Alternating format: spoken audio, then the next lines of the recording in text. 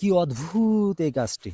অন্যান্য গাছের মতোই দাঁড়িয়ে আছে। কিন্তু অন্যান্য গাছগুলো দাঁড়িয়ে আছে তার নিজের যৌবন শক্তি সবুজে ঘেরা চমৎকার দৃশ্য নিয়ে।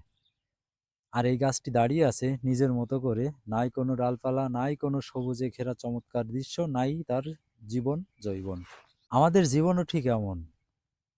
যখন আমাদের অর্থ সম্পদ থাকে, গায়ে শক্তি থাকে, তখন বন্ধু বান্ধব আত্মীয় স্বজনের অভাব হয় না। কিন্তু যখন এগুলোর কিছুই আর থাকে না, ঠিক তখনই এই গাছটির মতোই আমরা দাঁড়িয়ে থাকি আমাদের মতো করে। এই গাছটির যখন জীবন ছিল, যৌবন ছিল, সবুজে ঘেরা সুন্দর ডালপালা ছিল, তখন মানুষ তার ছায়ায় এসে ক্লান্ত শরীরে বিশ্রাম নিত।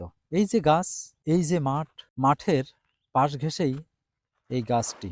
এই মাঠের মানুষ এখানে এসে আরাম করত। এমনকি আমি নিজেও এই গাছের ছায়াতে ক্লান্ত শরীরে বসেছি, বিশ্রাম নিয়েছি। এই গাছের ছায়ায় বসে কৃষক ভাইয়েরা খাবার খেত, এমনকি আমিও খেয়েছি বাবার সাথে। আজ দেখুন তো, কেউ কি আছে তার ছায়ায় বসে? নাই। কারণ এখন তার জীবন নাই, সবুজে ঘেরা ডালপালা নাই, সে ছায়া দিতে অক্ষম, ছায়া দিতে পারে না।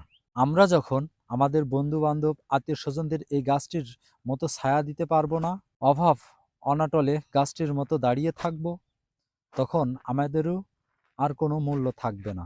আমরা যখন আমাদের বন্ধু বান্ধব আত্মীয় স্বজনদের এই গাছটির মতো আর কিছুই দিতে পারবো না, অবশিষ্ট দেওয়ার মতো কিছু থাকবে না, ঠিক তখনই আমাদের চারপাশ থেকে মানুষ সরে যাবে, বন্ধু বান্ধব সরে যাবে, আত্মীয় স্বজন সরে যাবে। আমরা দাঁড়িয়ে থাকবো নীরবে নিভৃতে এই গাছটির মতোই, নিজের মতো করে।